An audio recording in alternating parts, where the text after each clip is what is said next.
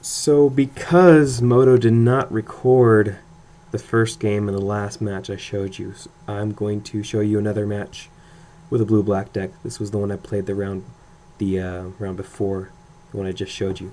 So this is game 2, I believe. I'm sorry, no, game 1. And we're going to see how this goes. We opened up on a pretty decent hand. We knew he was blue-black, but we had some lands and a spell pierce on the play. So we really couldn't do this back. It's not the best hand against blue-black, but it certainly isn't horrible. We lead off with a Seachrome Coast to ensure that we can spell pierce any discard effects aimed at us. He has none, so we play our tap land and pass back to him. Stoke Rebuttal is a very nice draw there. It's always nice to have those hard counters in the counter wars. So he just plays on the land and passes to us. We'll draw Seachrome Coast. We play it now because this is the only turn it will come and play untapped for the rest of the game, barring a situation with a lot of tectonic edges.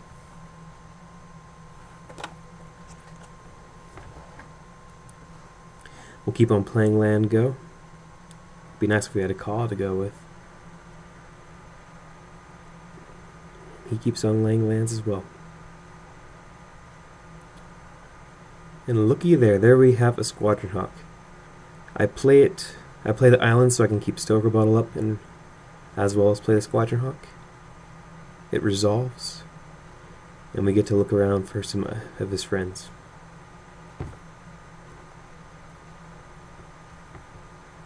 And pass a turn back to him.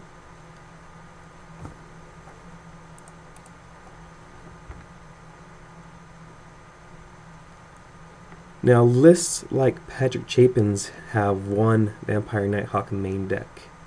If so, this is the biggest threat to our Squadron Hawk, and we decide to Stoke Rebuttal. He could have a Mana Leak back, but if he does Mana Leak back, he's in the risk of us resolving a Jace, so he doesn't.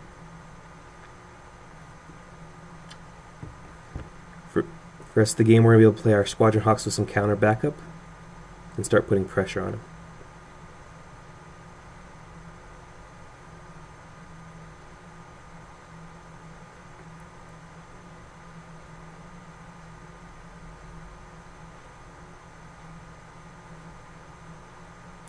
We search for another one.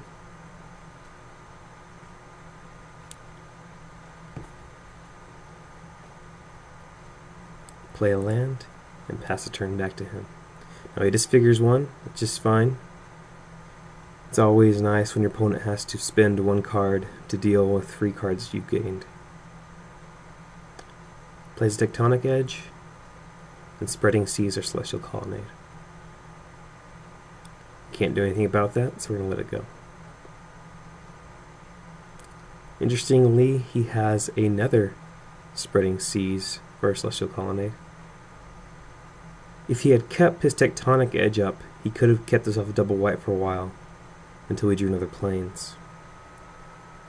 Like here. So, Squadron Hawk gets in. We'll be able to play another one out into Gideon or Gideon. Resolving the Gideon here would not have been as powerful. It would have been powerful, but we could have run into a Mana Leak. So we're going to wait till we have 3 mana so they can't Mana Leak it by itself. So we just play the Squadron Hawk, keeping the pressure on him. So he Inquisitions us. He's likely to take the Spell Pierce, and he did. And he plays his own Jace. Now this is exactly the board position where Jace is just not that hot. 2 power flyers coming in every turn means he's not going to survive for long.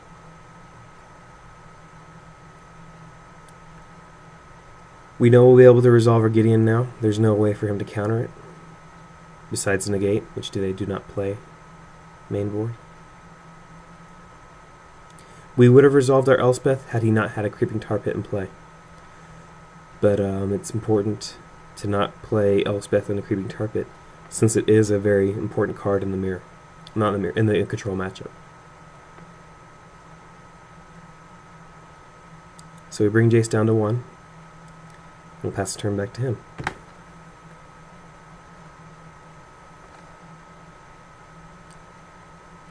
He fate seals us to try to keep his Jace alive for a little bit more. That's fine.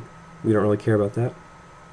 He put the card on the bottom, and he preordains. The preordain puts one card on the bottom and one card on the top, so we account for that. On his turn, he activates Creeping Tar Pit and attacks Gideon. Our opponent has decided, probably correctly, that he needs to whittle Gideon down. Gideon is a big problem for Blue-Black if they don't have a Grave Titan on board. It keeps their Creeping Tar Pits pretty much nullified as long as he's at a high life total. So we can play our Elspeth Tyrell here. He has a chance to... He doesn't have a chance to counter with Mana Leak, so we're good. We make sure that the Creeping Tar Pit can't attack Elspeth, and we lay some more tokens out.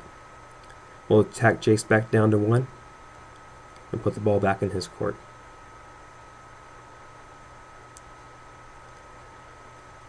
He hits our Seachrome Coast in combat, which is fine with us. I'm holding back the Squadron Hawk for now. We could use it later for a shuffle with Jace, or if he has a Consume the Meek, we can play it again and have another flying threat. So he brainstorms here with Jace. So it means Jace probably is going to die next turn, unless he's found to Consume the Meek. Here he plays, I believe it's a Frost Titan this turn, yes. A Frost Titan, and locks down one of our white sources. That's fine with us. Frost Titan's really not as powerful when you have an Elspeth and Gideon in play. Another Elspeth. We could have used the old trick of minusing Elspeth twice and playing the other Elspeth, but I decided I'd rather keep it just in case he does find a way to get around the first Elspeth. We'll play cautiously here and attack Jace to nothing with both of them, ensuring that even a Disfigure does not stop Jace from dying. And we'll force him to attack Gideon next turn. The Frost Titan will run into a chump blocker, and we'll pass the turn.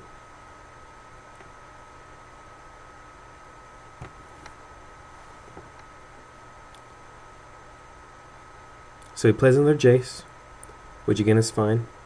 We have an overwhelming board position at the moment, so we're not in a bad position.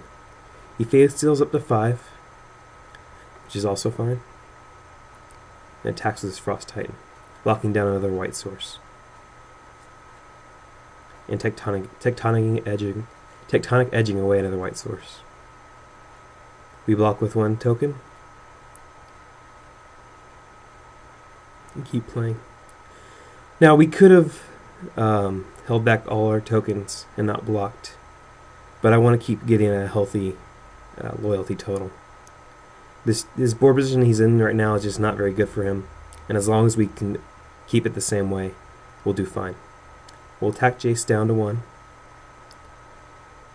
And we didn't kill Frost Titan here, because if we did kill Frost Titan, it would leave his Creeping Tar Pit an open turn to attack our Elspeth. We decided at this point that the game's not going to last long enough for Squadron Hawk to matter to shovel away one of our own Jace Brainstorms, so we play him out.